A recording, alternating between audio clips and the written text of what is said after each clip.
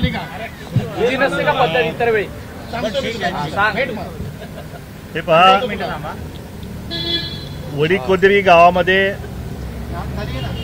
लक्ष्मण हाकेचं आंदोलन जे आहे, नवनाथ वाघमारे 9 दिवस उपोषण जे आहे ते त्या ठिकाणी सुरू केलं होतं. त्याचप्रमाणे पुण्यामध्ये आमचे ॲडव्होकेट मंगेश ससाणे यांनी उपोषण त्या ठिकाणी जवळपास 8वा दिवस त्यांचाही उपोषणाचा आहे. या उपोषणाच्या अनुषंगाने आज महाराष्ट्र शासनाने आज या ठिकाणी ओबीसीच्या ज्या काही मागण्या असेल त्याच्यावरती चर्चा करून निर्णय घेण्यासाठी आजची बैठक त्या ठिकाणी बोलवली होती. त्या बैठकीमध्ये ओबीसीचे सगळे नेते मंडळी त्या ठिकाणी होती. त्या ठिकाणी जालन्याहून वडीकोदरी येऊन जे आंदोलक जे आहेत ते सुद्धा त्या ठिकाणी त्यांचं शिष्टमंडळ या ठिकाणी आलं होतं. पुण्याचं शिष्टमंडळ जे आहे ते सुद्धा त्या ठिकाणी सहभाग घेतला होता आणि दोन्ही शिष्टमंडळाने त्यांनी आपापल्या मागण्या ज्या आहेत त्या मुख्यमंत्री महोदय आणि मंत्री महोदयावर ठेवल्या.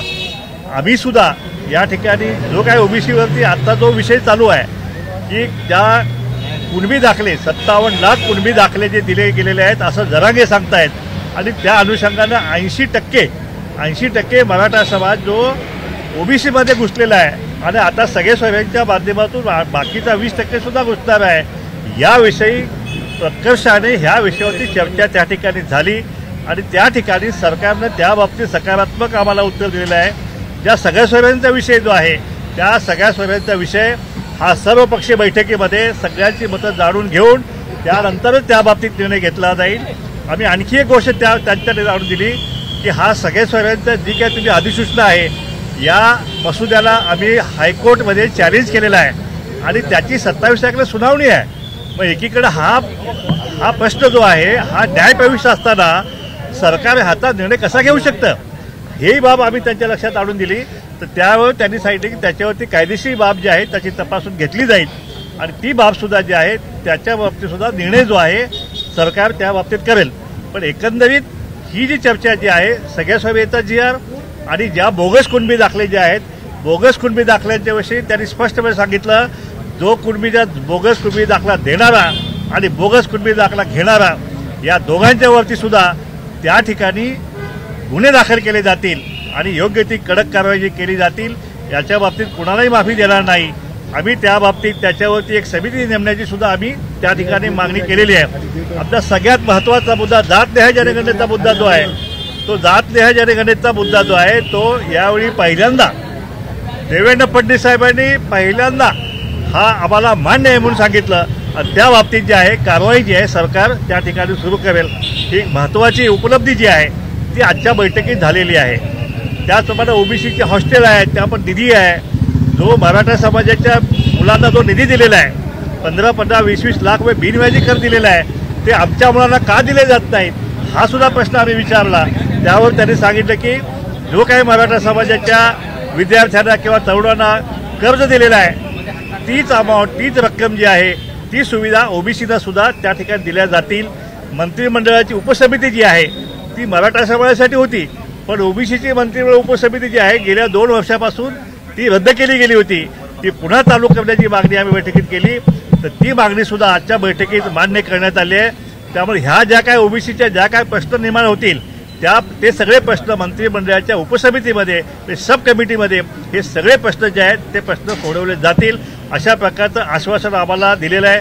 आज जवळपास सगळ्यांनी मिळून एकावरती कॉन्सेन्सस झालेलं आहे की उद्या सकाळी मंत्रिमंडळाचे मंत्री आणि आमचे काही नेते मंडळी त्या ठिकाणी जालन्याचे आमचे कार्यकर्ते आहेत हे सगळे मिळून जाऊन उपोषण करताना आम्ही विनंती करणार आहोत किंवा अशा प्रकारे ही चर्चा जी आहे ही चर्चा सकारात्मक झालेली आहे आणि उपोषण सोडवण्यासाठी त्या ठिकाणी विनंती उपोषण करताना पुण्यामध्ये सुद्धा केली जाईल आणि त्या ठिकाणी वडीकोदरीमध्ये सुद्धा त्या ठिकाणी केली जाईल आणि उपोषण सोडवण्यासाठी आम्ही सगळे मिळून प्रयत्न करणार आहोत. पंकजाताईंची काय मागणी होती एकंदरीत त्या बैठकीमध्ये त्यांची काय भूमिका होती पंकजाताईंची? असं आहे की सगळ्यांनी आपापल्या भूमिका त्या ठिकाणी मांडलेल्या आहेत आणि त्या सगळ्यांच्या भूमिकेवरती दोन्ही उपमुख्यमंत्री आणि मुख्यमंत्र्यांनी सकारात्मक त्या ठिकाणी निर्णय दिलेला आहे आणि त्यामुळं आता कोण काय बोलणार ह्याच्यावर आपण न जाता जो मुख्य मागणी जी आहे ती मागणीचं काय झालं हा महत्त्वाचा विषय आमच्यासाठी आहे आणि सगळ्या ओबीसीसाठी तो महत्त्वाचा मुद्दा आहे.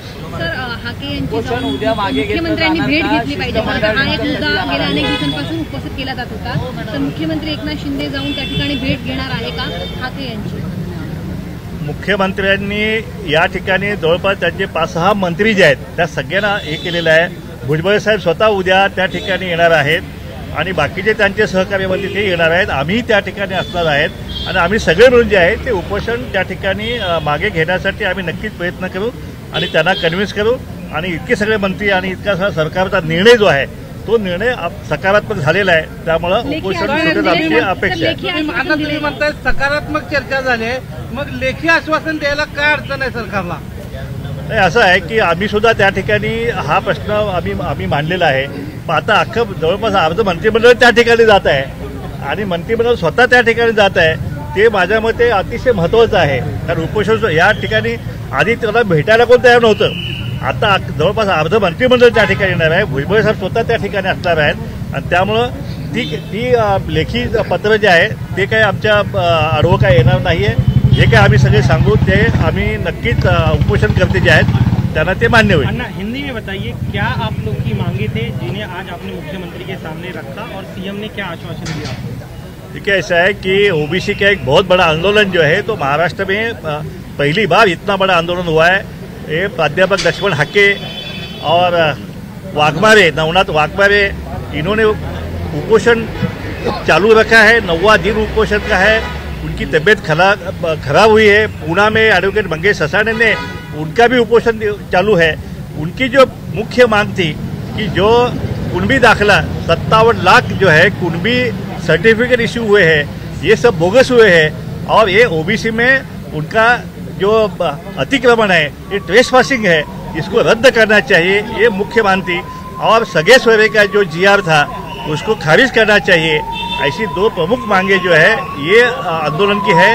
दोनों बारे में सकारात्मक चर्चा हुई है और दोनों का निर्णय जो है सरकार जो है सर्वपक्षीय बैठक लेके उसमें हमारे समाधानकारक निर्णय जो है सर्वपक्षीय बैठक में लिया जाएगा. सीएम ने क्या कहा? क्या उनके मंत्री आप लोग से मिलने के लिए जो अनशन कर रहे हैं उनसे मिलने के लिए जाएंगे और रिटर्न में लिखित देने का कोई आश्वासन दिया गया है? कल मंत्रिमंडल के 6-7 सदस्य जो है वो कल उपोषणकर्ताओं को मिलेंगे और आज जो चर्चा हुई है आज के चर्चा में उपोषणकर्ता के भी प्रतिनिधि जो है वो भी यहाँ पे मौजूद थे और सबके सामने जो चर्चा हुई है वो चर्चा जो है वो सकारात्मक हुई है. अब कल भुजबल साहब खुद वहाँ पे आ रहे हैं और उनके हाथ से जो है वो अनशन जो है वो समाप्त करने का हम लोग पूरा प्रयास करेंगे. मनोज जरंगे पाटिल को और लक्ष्मण हाके को साथ में बिठाकर पूरे मसले का हल किया जाए, ऐसा कोई प्रस्ताव आया था क्या ताकि विवाद खत्म हो जाए? देखिए राज्य सरकार ने मराठा समाज को 10% आरक्षण ऑलरेडी दे चुके हैं. ईडब्ल्यूएस का भी आरक्षण उनको दिया है. तो हमने सरकार से सवाल पूछा ये 2 आरक्षण उनको होते हुए भी ये आपको तीसरा आरक्षण देने का क्या जरूरत है?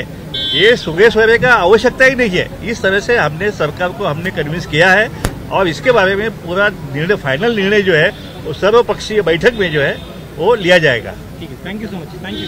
धन्यवाद. मागे घेणार का? Thank you.